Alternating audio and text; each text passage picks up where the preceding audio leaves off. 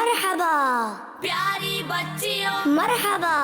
عید میلاد النبی ہے مرحبا یا مصطفیٰ الحمدللہ پیار سے تم بھی پکارو مرحبا یا مصطفیٰ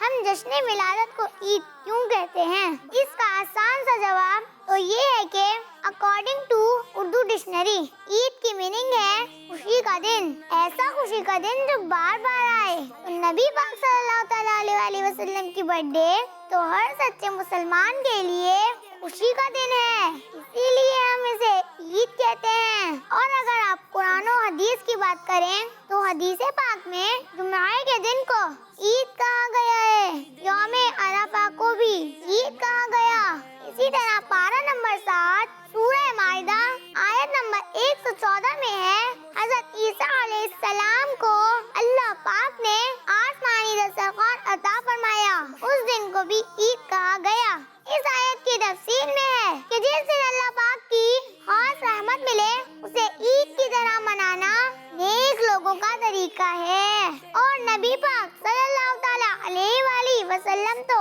تمام جہانوں کے لیے رحمت ہیں، اس لیے ہم پیارے آقا صلی اللہ تعالیٰ علیہ وآلہ وسلم کی برتھ ڈے کو عید کہتے ہیں اور عید کی طرح سیلیبریٹ کرتے ہیں۔ مرحبا پیاری بچیوں مرحبا عید میلاد النبی ہے مرحبا یا مصطفیٰ الحمدللہ پیار سے تم بھی پکارو مرحبا یا مصطفیٰ۔ بچوں کا مدنی چینل آ گیا، بچوں کا آ گیا